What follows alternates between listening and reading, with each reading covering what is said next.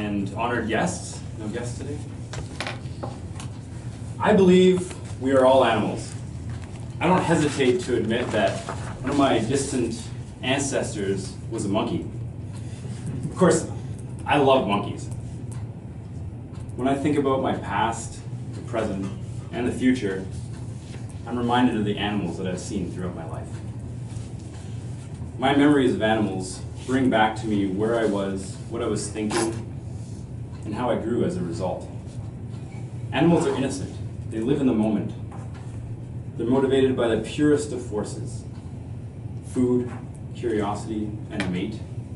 Yet, every time that I've seen an animal, especially in the wild, I'm full of emotion and reason. So let me discuss some of these animals: rat, monkey, bear, and cougar.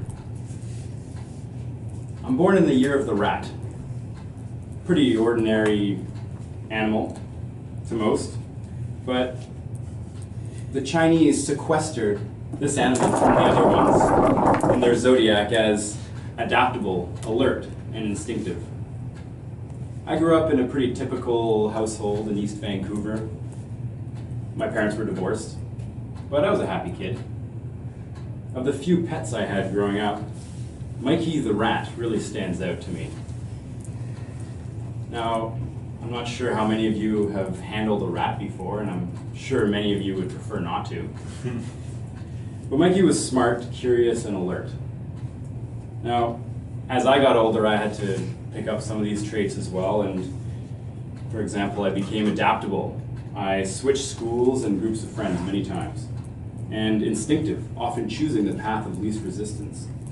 But I always followed my heart. Now I'd like to share with you a quote about dealing with monkeys. It's a warning from my friend Jonathan. He said, "Baboons like to throw rocks, and they have really good aim." Now, that was during a field trip where Jonathan and I joined 20 other classmates, as well as my future master's supervisor, to Oldonyo Lengai, a volcano in Tanzania. It's right near the Kenyan border. We went to that volcano to sample magma. And after an 8-hour hike uphill, my supervisor did just that. With a soup ladle attached to a piece of metal, he lowered the soup ladle into a fumarole while Jonathan held his belt to secure him to make sure he didn't fall in. Now, later that day, the volcano erupted. Naturally, we camped out on top.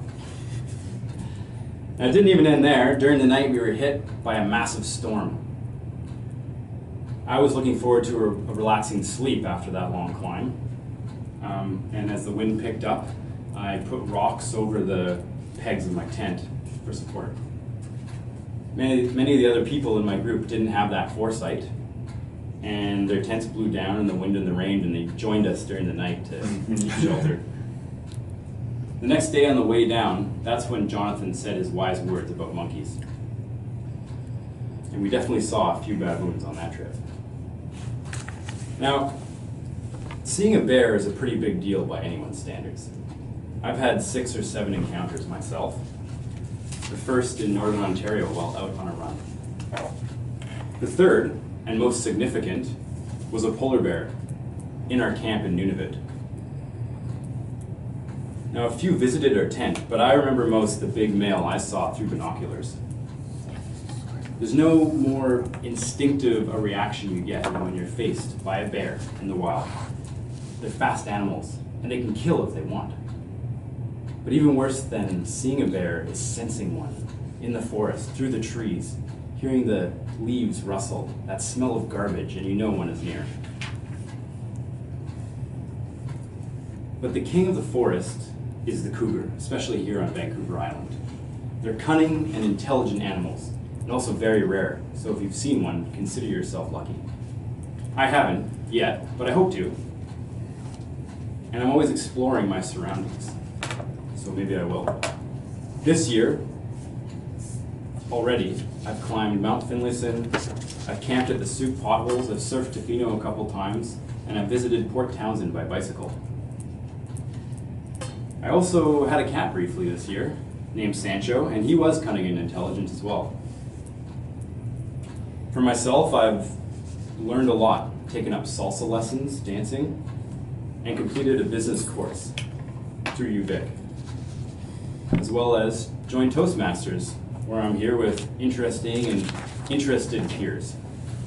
I hope to continue to travel. My next big adventure is a bicycle trip down to Baja, California. Just to continue my animal analogy, rat, monkey, bear, cougar, I want to bring up another animal, a small donkey. We'll move like small donkeys on our bicycles down to Mexico, symbolizing our slow and steady pace through the States. But I'm also inspired by that animal, since a small donkey has a more inviting and delicious Mexican name, a burrito.